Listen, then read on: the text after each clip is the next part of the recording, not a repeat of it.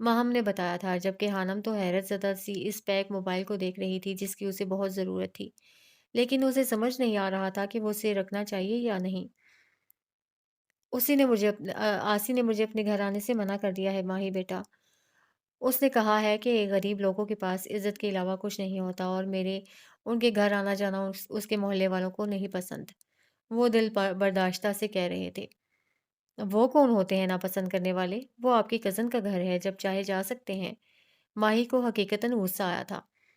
وہ اپنے باپ کے حالات و واقعات سے اچھے سے واقف تھی۔ وہ کہہ رہی تھی کہ ایک بیوہ جس کی 2 جوان بیٹیاں ہوں، اس کے گھر میرے یوں آنے جانے سے اس کی مشکلات میں مزید اضافہ ہوگا۔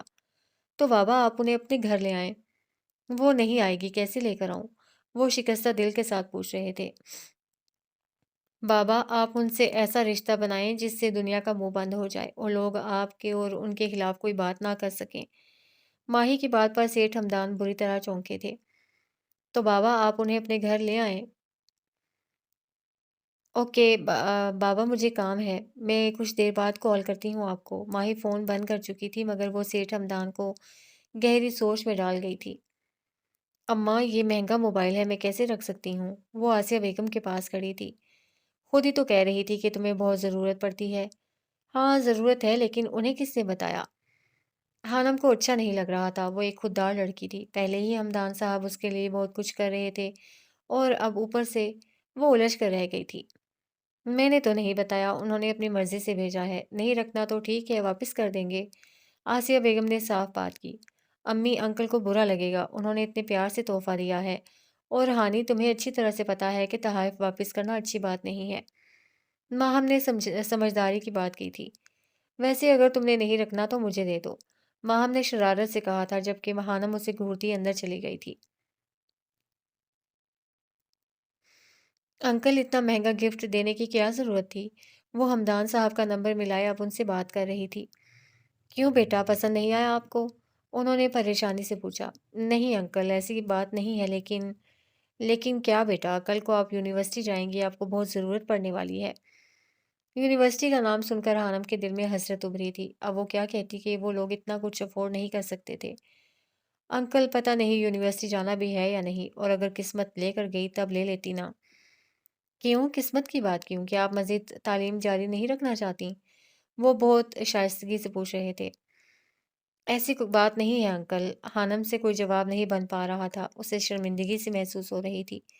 اچھا آپ ایسا کریں کہ جس یونیورسٹی میں دل چاہے اپلائی کر دیں، باقی میں خود دیکھ لوں گا۔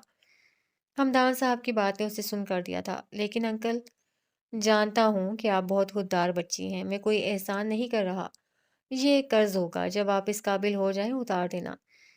ہانم کی آنکھوں میں نمی سی پھیلی تھی، شاید اس کی دعائیں سن لی گئی تھیں۔ اسے سمجھ نہیں آ رہا تھا کہ کیا جواب دے۔ اچانک ہی جیسے بہت مضبوط سہارا اللہ نے اس کے لیے بنا دیا تھا۔ وہ مزید کچھ باتیں کرنے کے بعد فون بند کر چکی تھی۔ اس کی خوشی کی انتہا نہیں رہی تھی۔ ہانم کو لگ رہا تھا جیسے اس کے خواب اس کے بہت قریب ہیں۔ وہ ہاتھ بڑھائے گی اور ان کی تعبیر پا لے گی، لیکن شاید وہ یہ بھول گئی تھی کہ خوابوں کی تعبیر کبھی کبھی الٹی بھی نکل آتی ہے۔ یہ خواب انسان کو کامیابی کی بلندیوں پر لے جانے کی بجائے ایسے اندھیروں میں پھینک دیتے ہیں جہاں انسان ساری عمر تڑپتا اور سسکتا رہتا ہے، لیکن ان اندھیروں سے نہیں نکل سکتا۔ اور تاریخ گواہ ہے عورت کو خواب دیکھنے کی ہر زمانے میں ایک بہت بھاری قیمت چکانی پڑی ہے۔ میں دعا کر رہی ہوں مہرو کہ میرا پنجاب یونیورسٹی میں داخلہ ہو جائے تاکہ میں انکل پر زیادہ بوجھ نہ بنوں۔ مہرو اس سے ملنے گھر آئی تھی۔ دونوں نے ایک ساتھ ایم ایس سی کے لیے 3 4 یونیورسٹیوں میں اپلائی کیا تھا۔ تم جہاں ایڈمیشن لوگی میں تمہارے ساتھ رہوں گی ہانی، فکر نہ کرو، مہرو نے اسے دلاسا دیا تھا۔ پنجاب یونیورسٹی تو مجھے اچھی لگتی ہے، بس دعا کرو میں وہاں چلی جاؤں۔ وہ تو میں جانتی ہوں، لیکن پنجاب یونیورسٹی بہت بڑی ہے، میں نے سرچ کیا تھا نیٹ پر۔ اتنی بڑی ہے کہ انسان وہاں جا کر گم ہو جائے۔ وہ نہ جانے کس احساس کے تحت کھوئی کھوئی سے لہجے میں کہہ رہی تھی۔ کیا اول فول بول رہی ہو ہانی؟ 1000 دفعہ کہا ہے ایسی باتیں نہ کیا کرو، آسیہ بیگم نے سخت سے لہجے میں کہا تھا۔ بس آنٹی یہ ایسے ہی کرتی ہے، میرا حوصلہ ہے جو میں اسے جھیلتی ہوں، مہرو نے شرارت سے کہا تھا۔ بس بس اب مل جاؤ دونوں، ساری غلطی میری ہی ہے۔ وہ ایک دم ناراض ہو گئی تھی، جبکہ مہرو اس کے منہ بنانے پر ہنستی تھی۔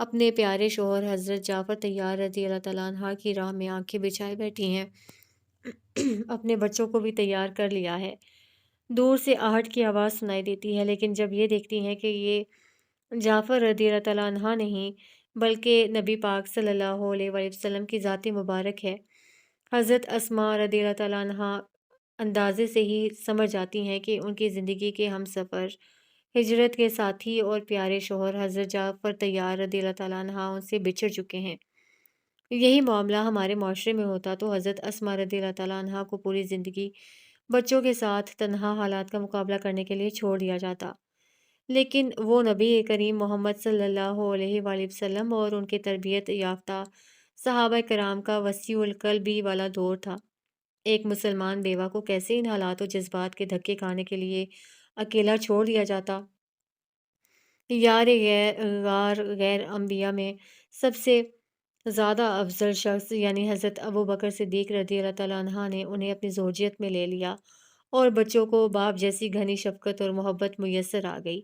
اللہ نے انہیں ایک بیٹا بھی عطا فرما دیا۔ پھر کچھ عرصہ بعد حضرت ابو بکر صدیق رضی اللہ تعالیٰ عنہ کا وصال ہو گیا۔ حضرت اسماء بنت امیس رضی اللہ تعالیٰ عنہ نے غسل دلوایا۔ 2 دفعہ بیوہ ہونا ہمارے تنگ نظر معاشرے کے لیے تو انہونی بات ہے کہ وہ غیرت مند رجلان ان باتوں سے ناواقف تھے۔ مسلمان عورت کو فوراً معاشرتی دھارے کی زندگی میں ہم آہنگ کر لیا جاتا تھا تاکہ اسے تنہا نفسیاتی اور جذباتی جنگ نہ لڑنی پڑ جائے۔ اس دفعہ آگے بڑھنے والے غیرت کے پیکر کوئی اور نہیں بلکہ شیر خدا ابو تراب فاتح خیبر حضرت علی رضی اللہ تعالیٰ عنہ تھے۔ آپ حضرت جعفر رضی اللہ تعالیٰ عنہ کے چھوٹے بھائی بھی تھے، لیکن آپ نے صرف بھتیجوں کی کفالت ہی نہیں کی بلکہ فرزند ابو بکر کو بھی اسی محبت سے پالا جیسے اپنے بھتیجوں کو پالا۔ یہ کیسا معاشرہ تھا جو ایسی عورت کے حقوق کا بھی محافظ تھا؟ یہ سن کے رشک آتا ہے۔ ہم صحابہ کرام کے دور میں پیدا ہونے کی خواہش بھی کرتے ہیں، ان جیسا بننا بھی چاہتے ہیں، لیکن جب نفس پر زد آئے تو خاموشی کی چادر اوڑھ لیتے ہیں۔ بیوہ اور اس کے بچوں کو تحفظ دینا ایسا اس معاشرے میں رچا بسا کام تھا کہ اس کے لیے کوئی تقریر کرنے، کوئی مہم چلانے، کوئی حکمت عملی بنانے کی ضرورت نہیں تھی۔ اور ہمارا معاشرہ اور ہمارے رویے؟ ایک اور پاکیزہ صحابیہ حضرت عاتقہ رضی اللہ تعالیٰ عنہ کی مثال سامنے رکھنا چاہوں گی۔ پہلا نکاح حضرت عبداللہ بن ابو بکر رضی اللہ تعالیٰ عنہ سے ہوا۔ آپ رضی اللہ تعالیٰ عنہ بہت خوبصورت تھیں اور اس جوڑے کی محبت عرب میں ایک مثال بن گئی تھی۔ حضرت عبداللہ بن ابو بکر رضی اللہ تعالیٰ عنہ نے ایک دن محبت میں آ کر ان سے عہد کروا لیا کہ اگر میں آپ کی زندگی میں وفات پا گیا تو آپ دوسرا نکاح نہیں کریں گی۔ پھر حضرت عبداللہ رضی اللہ تعالیٰ عنہ کچھ عرصہ بعد شہید ہو گئے، لیکن اس معاشرے میں بیوہ خاتون کو تنہا چھوڑنے کی مثال محیر العقل تھی، اس لیے بڑوں کے سمجھانے پر آپ نکاح ثانی کے لیے راضی ہو گئیں۔ حضرت عمر رضی اللہ تعالیٰ عنہ جو آپ کے چچا زاد بھائی بھی تھے، انہوں نے حضرت عاتقہ رضی اللہ تعالیٰ عنہ کو اپنے نکاح میں لے لیا۔ کچھ عرصہ بعد حضرت عمر رضی اللہ تعالیٰ عنہ بھی شہید ہو گئے۔ عدت پوری ہونے کے بعد عشرہ مبشرہ صحابی حضرت زبیر بن العوام رضی اللہ تعالیٰ عنہ نے نکاح کا پیغام بھیجا اور اب حضرت عاتقہ رضی اللہ تعالیٰ عنہ ان کے نکاح میں آ گئیں۔ کچھ عرصہ بعد حضرت زبیر رضی اللہ تعالیٰ عنہ نے بھی جام شہادت نوش کیا۔ آپ رضی اللہ تعالیٰ عنہ کے بارے میں عرب میں مشہور ہو گیا تھا کہ جسے شہادت کی تمنا ہو وہ آپ رضی اللہ تعالیٰ عنہ سے نکاح کر لے۔ اسی مناسبت سے آپ رضی اللہ تعالیٰ عنہ کو شہداء کی زوجہ کہا جاتا تھا۔ اس عظیم مثال کا اپنے معاشرے سے مقابلہ کریں۔ اللہ اللہ، کیسا کھلے دل والا معاشرہ تھا، اور ہمارا معاشرہ کیسا تنگ نظر اور گھٹن کا شکار معاشرہ ہے۔ ایسا معاشرہ جہاں بیوہ کو تنہا حالات کا مقابلہ کرنے کے لیے چھوڑ دیا جاتا ہے۔ جن مشکلات و مصائب کے پہاڑ، مردوں کی نظر اور دوسری عورتوں کے طعنوں کے ساتھ یہ خواتین زندگی گزارتی ہیں، معاشرہ ان سے جینے کا حق سلب کر لیتا ہے۔ وہ یہ تمام واقعات سوچ کر افسردہ سی خاموشی اختیار کر گئی تھی، جسے ہمدان نے اچھی طرح بھانپ کر بات بدلی اور مخاطب ہوئے۔ اچھا یہ سب چھوڑو، میری ہانی بیٹی سے بات کرواؤ، مجھے ایک ضروری بات کرنی ہے۔ ہمدان نے بات بدلتے ہوئے کہا۔ وہ چاہتا تھا کہ آسیہ اس بات کا فیصلہ سوچ سمجھ کر کرے، کسی کے دباؤ میں آ کر نہیں۔ جی انکل، السلام علیکم، کیسے ہیں آپ؟